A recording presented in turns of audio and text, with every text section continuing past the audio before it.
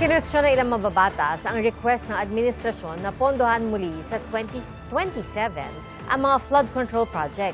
Sa pagsisimula po yan ang pagdinig ng House Committee on Appropriations sa mahigit 7 trilyong pisong panukalang pambansang budget sa susunod na taon.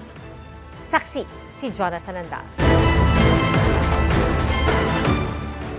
Ang tanong ni ACT Teachers Party List Representative Antonio Tino, bakit ibinalik na ang pondo sa flood control sa susunod na taon na aabot sa 107.4 billion pesos? Pangamba ni Tino, baka dahil dito magkaroon na naman ng insertion sa budget para bigyan kalaunan ng flood control funds ang mga distrito na zero ang pondo ngayon.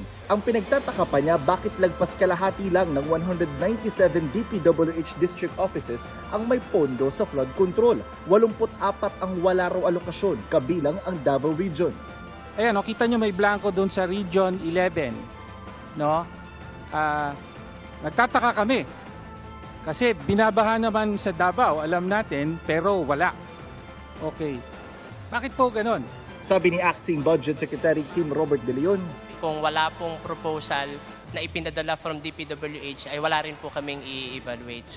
hinihingan namin ng pahayagan DPWH. Pero sinabi rin ni De Leon na tinitingnan rin nila ang kahandaan ng pagpapatupad ng proyekto at pagsigurong hindi mauulit ang mga ghost flood control projects.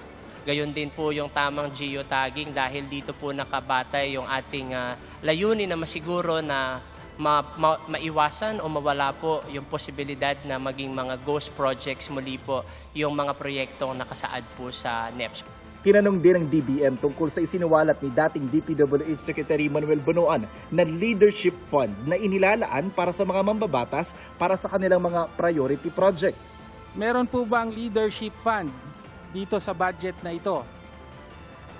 Wala po.